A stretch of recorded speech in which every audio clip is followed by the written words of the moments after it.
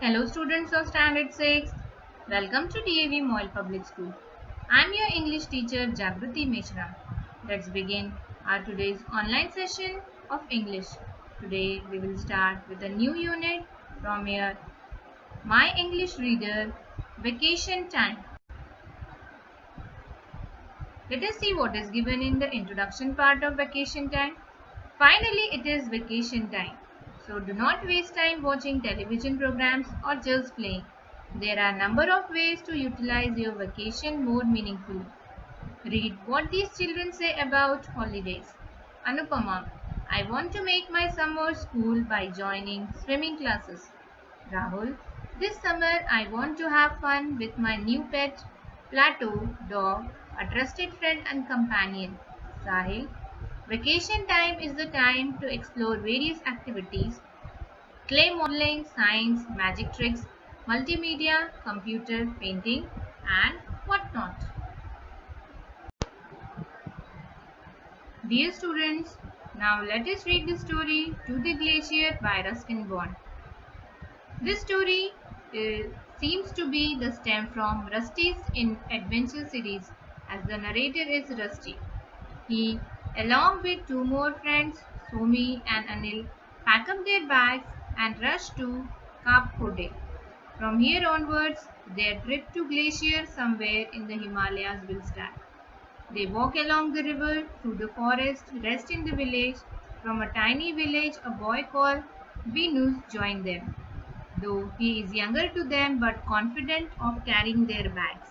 He is powerfully built. Now let us see what is in the story.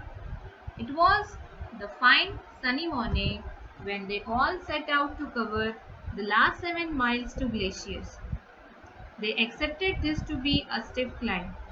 The last dark bungalow was situated at well over 10,000 feet above the sea level, and the ascent was to be fairly gradual.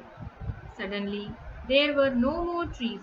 As the bungalow dropped out of sight, the trees and bushes gave way to short grass and light blue and pink alpine flowers. The snow peaks were close now, ringing them on every side. They passed waterfalls, water pouring down very fast, hundreds of feet down into the little river.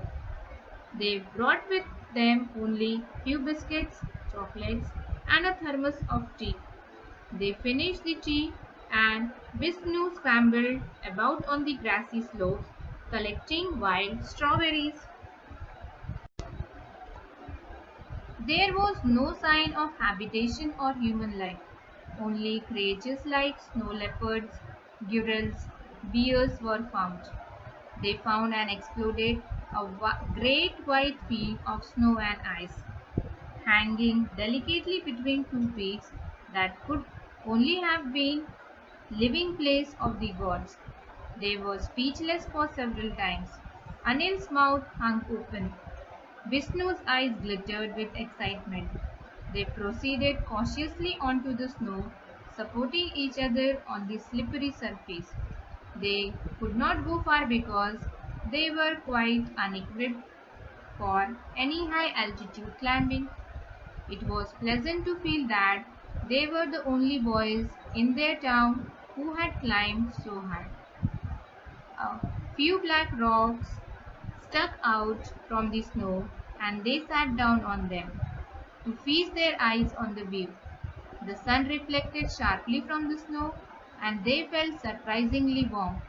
Within half an hour, they were post box red, and so was Vishnu, and two of them decided to get into their clothes before the sun scorched the skin off their backs. At a distance, however, the clouds had covered some of the peaks, and a white mist drifted down the mountain slope. They had not gone so far when lightning began about the mountain tops, followed by waves of thunder. So they started running and took shelter in the cave. The rain came down suddenly, and the icy wind wiped their faces.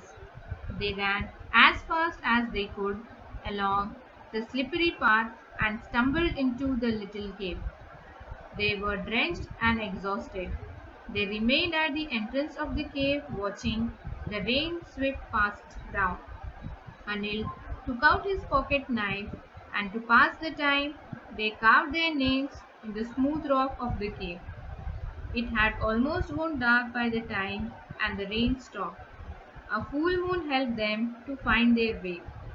They went slowly and carefully.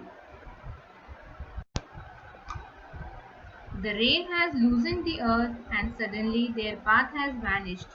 The rain has caused a landslide and it had not been for the bright moonlight, so they might have walked straight on into the empty big hole or space.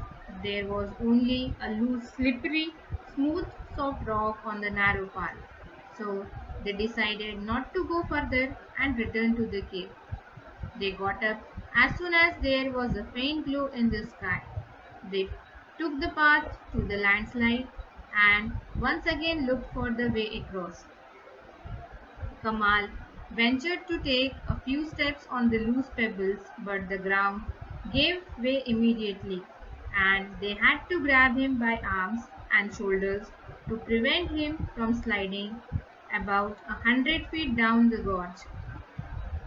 You can see the picture where Kamal has been saved.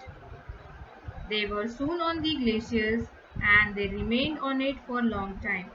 For every few steps forward, they slide one step backward. Their progress was slow and awkward. Sometimes, after advancing several yards across the ice at a steep incline, one of them would slip back and the others would have to slide in an uncontrolled way down to help them. At one particularly difficult spot, they sprained the narrator sprained his wrist and hurt his knee, but somehow the narrator struggled behind the others. Now they had another steep climb before they reached the path that Vishnu had spoken about. It was little more than a boat track, but it took them round the mountain and brought them within the sight of the dark bungalow. In this way, the adventurous journey of Glacier ended and they returned to the dark bungalow safely. Now, dear students, complete the following statements with one or two words from the story. Already some are done for you. Make the following statements with tick if true and cross if false. Dear students, read the last paragraph carefully. The author relates his experience on the glacier. Complete the ladder to show the different steps they used to cross the glacier. Dear students, here we end our today's session. Have a nice day. Thank you.